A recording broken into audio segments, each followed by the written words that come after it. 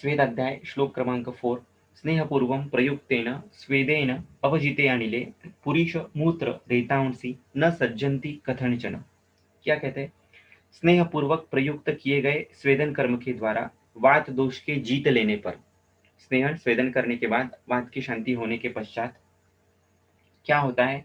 पुरीश मूत्र रेतांसी न सज्जन्ति कथनचन। अगेन रुकिए, ठहरिए, कुछ अलग है। पुरुष मूत्र शुक्र अप्रवृत्त नहीं होते हैं, अर्थात प्रवृत्त हो जाते हैं, यानी कि अवरुद्ध नहीं होते हैं। किसकी वजह से?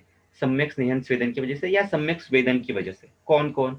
पुरुष मूत्र रेतांसी न सज्जंती कथंचन। रुका हुआ पुरुष है, उसकी भी अनुलोमन प्रवृत्ति हो जाएगी। रुका हुआ मूत्र है कहीं पर, वो भी अनुलोमित हो जाएगा। रुका हुआ बद्ध शुक्र है कहीं पर, वो भी उसकी गति नॉर्मल हो जाएगी। केवल इस एक वाक्य को पढ़ने मात्र से एक तीक्ष्ण बुद्धि का व्यक्ति स्वेदन का एप्लीकेशन कहाँ पर कर सकता है, उसको कोई लिमिट नहीं है।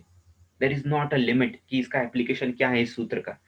इसलिए बार बार बोलता हूं, डोंट गो आफ्टर द फॉर्मूले, गो आफ्टर द कंसेप्ट। एक कंसेप्ट आपको समझ में आ गई तो उसका एप्लीकेशन इतना है, अनगिनत एप्लीकेशन है उसका। मलावष्टम के बहुत सारे पेशेंट्स हैं।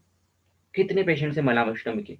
क्या वो स्वेदन मात्र से ठीक हो सकते हैं? हो सकते हैं। शास्त्र तो कहता है पुरुष मूत्र रेतांसी न सज्जंती कथंचन। रुकेंगे नहीं, पुरुष अवष्टम्ब नहीं होगा, उसकी अनुलोम प्रवृत्ति हो जाएगी यदि आप उसको स्वेदन देते हो। तो कोई मलावष्टम्ब का पेशेंट आप स्वेदन से ट्रीट कर सकते हो या नहीं कर सकते हो? डेफिनेटली कर सकते हो। That is one of the ways of the 35 ways of becoming a राजवैद्य। बाहर से सेक दीजिए उसको, है ना? पक्वाशय के रीजन पर, आमाशय के रीजन पर आप उसको थैली से सेक दे सकते हो, एरंडा स्नेह लगाकर सेक दे सकते हो। अब इसका लॉजिक क्या-क्या है वो फिर से अलग बात है। इसका विस्तार जितना चाहिए उतना हो सकता है। लॉजिक आपको समझ में आ गया कि स्वेदन देना है। अब कैसे देना है, कब देना है, क्यों देना है, वो उसका विस्तार बहुत बड़ा है।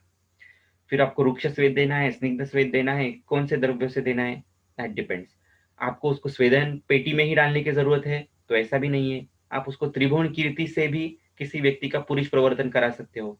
यदि आपको हेतु मिलता है वैसा कि एक पेशेंट का शैत्य का इतिहास है, बहुत शीत आहार करता है, पर्युषित आहार करता है, डेफिनेटली शीत गुण प्रधान है, उसका ऑपोजिट उपक्रम यूज करना है। शीत गुण के कारण, पर्युषित आहार के कारण, वातल प्रकृति होने के कारण यदि उस पेशेंट में मलावष्टम दिख रहा है तो उपक्रम क्या आएगा? स्वेदन उपक्रम आएगा। अब स्वेदन उपक्रम मतलब उसको स्वेदन पेटी में ही डालना चाहिए हर बार, ऐसा कोई जरूरी नहीं है। तो स्वेदन किस किस चीज से हो सकता है? आहार विहार औषध, हर एक चीज से स्वेदन हो सकता है। पर्याप्त मात्रा में व्यायाम कर कर भी स्वेद निर्माण होकर उसके मलावष्टमी में उसको फायदा होगा। उसको त्रिभुवन कीर्ति जैसा द्रव्य देकर उसका शीत शूल व्युपर्म, शीत और शूल का नाश होकर भी स्वेदन क्रिया होगी और अपने आप पुरुष और मूत्र का प्रवर्तन होने लग जाएगा। राइट? ऐसी एक केस थी कोल्हटकर सर की। ऐसा ही जीर्ण मलावष्टम का पेशेंट आया था और उनके पास तभी स्वेदन पेटी वगैरह कुछ भी नहीं थी। उन्होंने त्रिभुवन कीर्ति देकर इसी लॉजिक से स्वेदन के माध्यम से उसका मलावष्टम का रोग जो है वो ठीक किया था। ठीक है? तो इस प्रकार से वैसे ही मूत्र, बहुत सारे रोगों में मूत्र क्षय हो चुका है या मूत्र का वेगावरोध के कारण कुछ लक्षण है।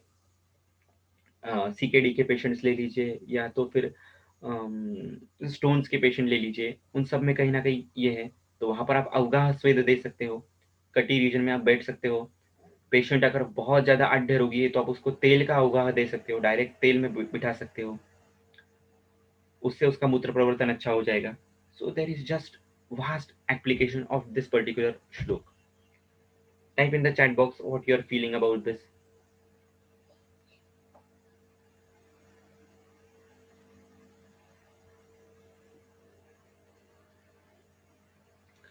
हाँ, स्वेदन से पंचीकृत वात की गति को बढ़ाएगा क्या? ऐसा इसका कर्म होगा क्या? देखिए, वायु को कोई भी चीज डायरेक्टली अफेक्ट नहीं करती है, अधिष्ठान के ऊपर काम करता है स्वेदन कर्म। कोई भी कर्म अधिष्ठान के ऊपर काम करता है और वो अधिष्ठान यदि आपको किसी को अति स्वेद प्रवृत्ति हो जाए, ज्यादा स्वेद हो जाए तो क्या होगा? अपने आप वहां पर धातुओं का क्षय होना शुरू हो जाएगा और ऐसे शरीर में प्राण की गति जो है वो बहुत ज़्यादा बढ़ जाएगी और अत्ययिक कंडीशन निर्माण हो सकती है। तो इनडायरेक्टली ये काम करता है। जभी भी आप वायु का विचार करो, तो ये विचार हमेशा करना कि धातु क्षयजन्य किस लेवल का है और मार्गावरोध किस लेवल का है। तो इनडायरेक्टली वायु की गति उससे अफेक्ट होने वाली है। डायरेक्टली कोई भी क्रिया वायु को अफेक्ट नहीं कर सकती, कि वायु स्वयमेव शक्ति है, भगवान है, उसको आप कुछ नहीं कर सकते।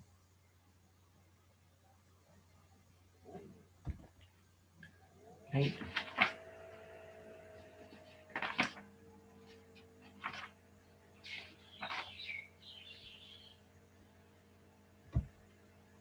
तो ऐसा आपको भी स्वेद अध्याय के बारे में और भी आपको बहुत सारी सुंदर-सुंदर चीज़ें मिलेगी। यदि उसकी अर्हता, अनर्हता पढ़ो, तो किस-किस में आपको देना है, शिरःशूल में स्वेद देना है, माइग्रेन के पेशेंट को दे सकते हो, नहीं दे सकते हो, किस तरीके से दे सकते हो।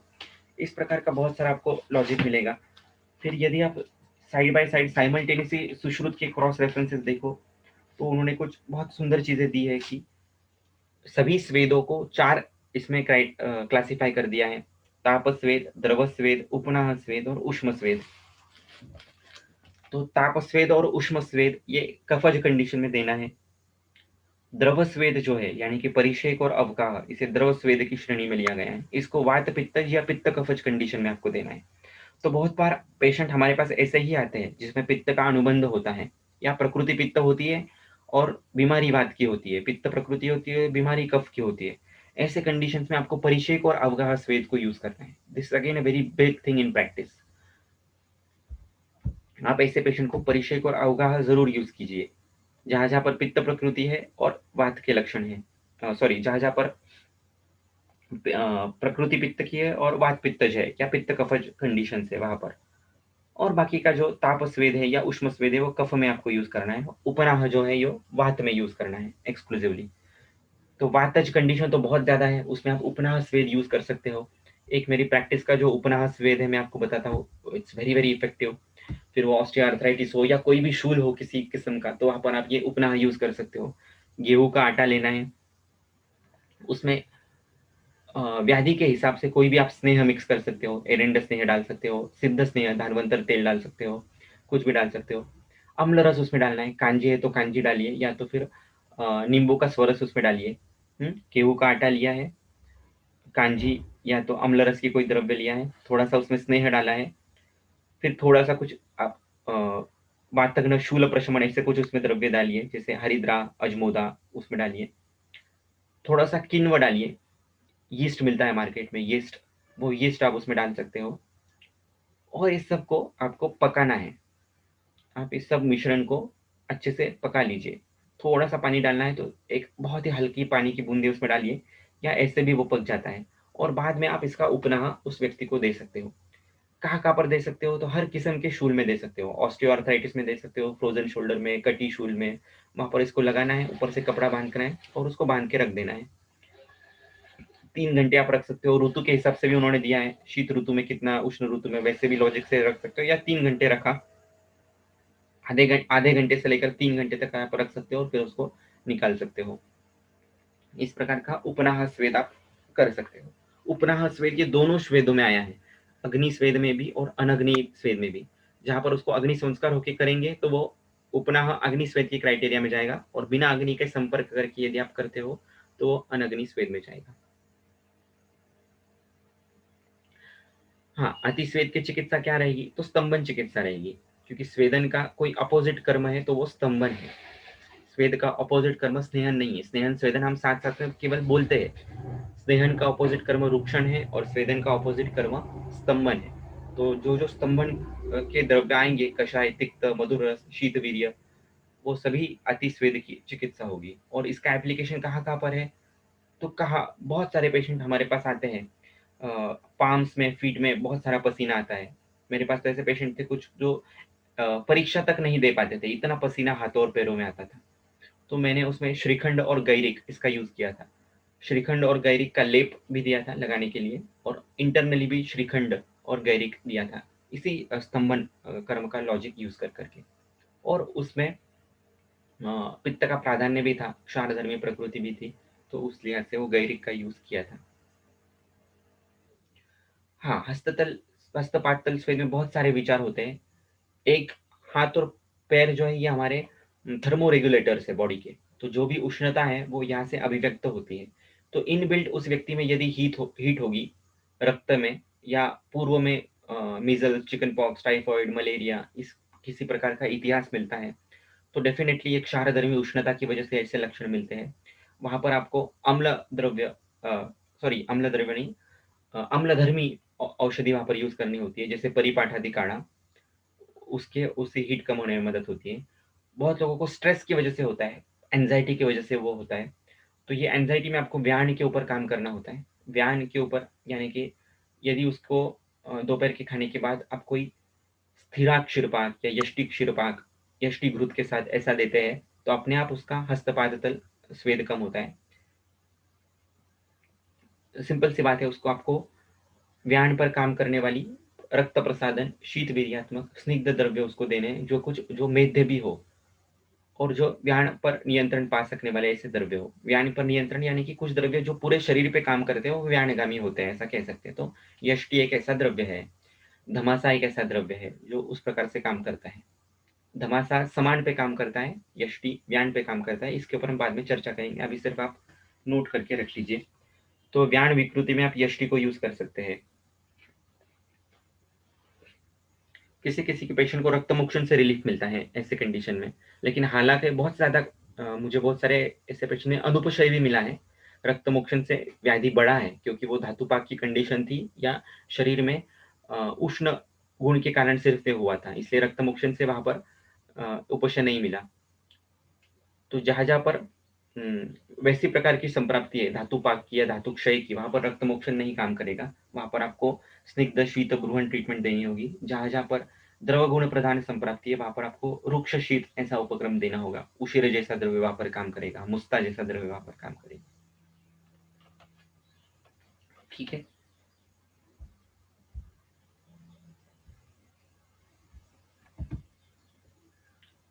और कुछ पूछना है?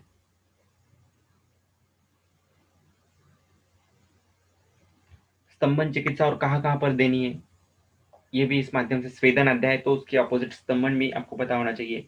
तो विष, मूर्छा, मोह, अतिसार, छर्दी, अग्नि, क्षार कर्म, एक एक शब्द को लेकर भी उसका एप्लीकेशन प्रैक्टिकली बताया जा सकता है। विश्व में स्तंभन कर्म है, मूर्छा में स्तंभन कर्म है। आईसीयू के पेशेंट से मूर्छा है, वहां पर हम क्या करते हैं, या प्रथा भी देखिए हमारी कैसी, कोई लोग मूर्छित हो जाए तो पहले हम क्या करते हैं, पहले पानी छिड़कते हैं उसके ऊपर, मूर्छन कर्म है।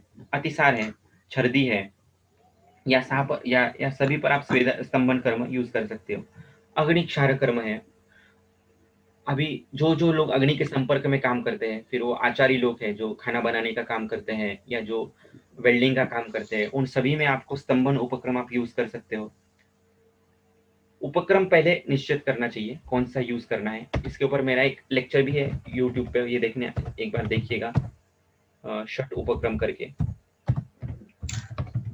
उपक्रम ही उपक्रमेत न द्रव्य ही उपक्रमेत, ऐसे गुजरात के सुरानी सर कहा करते थे कि सबसे बड़ी चिकित्सा कौन सी है, तो उपक्रम ये चिकित्सा है, द्रव्य इज सेकेंडरी। यदि आपने उपक्रम आपको समझ में आ गया कौन सा देना है, तो द्रव्य अपने आप आएंगे। इसलिए उपक्रम ही उपक्रमेत न द्रव्य ही उपक्रमेत। स्नेह के बाद स्वेदन एंड केवल स्वेदन, इसके इंडिकेशन कैसे समझे ये बताता हूँ। स्नेहन अर्ह रुग्ण देखिए, और पहले तो आप 23rd अध्याय में जाकर देखिए स्नेहन किसके लिए है, कौन से गुणों से स्नेहन होगा, स्वेदन किसके लिए, कौन से गुणों से स्वेदन होगा। तो क्लियर कट दोनों के अलग अलग इंडिकेशन है। शोधन के लिए स्नेहन स्वेदन जो किया जाता है दैट इज अ पैकेज, लेकिन इंडिविजुअल स्नेहन और स्वेदन के अलग अलग इंडिकेशन है, वो देख सकते हैं।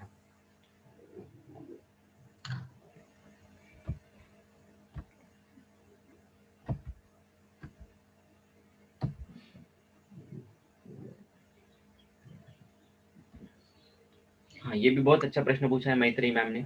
Very common in children excessive sweating at night specially over head. ये दिखता तो है जरूर, इसमें बहुत बार कृमि का संबंध दिखता है। अतिश्वेत प्रवृत्ति में कृमि, और फिर ये लोग जो है शाक का सेवन बहुत बच्चों को कराते हैं, या दुग्धजन्य पदार्थों का सेवन कराते हैं, मिठाई का सेवन कराते हैं, तो ये कृमि से रिलेटेड बहुत बार होता है। लेकिन इसकी चिकित्सा में आपको कटु रस का यूज नहीं करना है। तो तिक्त रस के कृमिघ्न द्रव्य ऐसे आपको ढूंढ के निकालने हैं। जहाँ जहाँ पर कृमिघ्न वर्ड आया है भाव प्रकाश में वहां पर, और जहाँ जहाँ बालक प्रिया इस प्रकार के कुछ शब्द आए हैं, जैसे किरात तिक्त को बालक प्रिया ऐसा शब्द है और वो कृमिघ्न भी है, तो इन द्रव्य में किरात तिक्त बहुत सुंदर काम करेगा। इस प्रकार का आप वहां पर लॉजिक यूज कर सकते हो। और भी कुछ लॉजिक होगा, मैंने इतने पेशेंट उसके नहीं देखे हैं, एक दो जो देखे हैं उनको कृमि के चिकित्सक से उपशय मिला था। यस यस, मीत पाचक, उसमें भी किरात तिक्त को स्पेसिफिक बालक प्रिय ये शब्द है। आई थिंक बालक प्रिय ये पर्याय आया हुआ है उसका।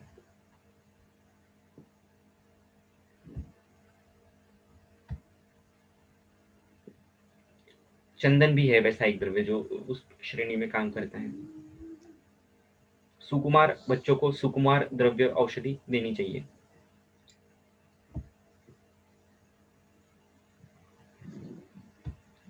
ठीक है, आपके बहुत सारे क्वेश्चंस हैं, लेकिन अनफॉर्चुनेटली हमारा टाइम अभी खत्म हो रहा है, तो बाकी का डिस्कशन हम ग्रुप पे करेंगे। Yes, it was really really wonderful with you all. Thank you so much.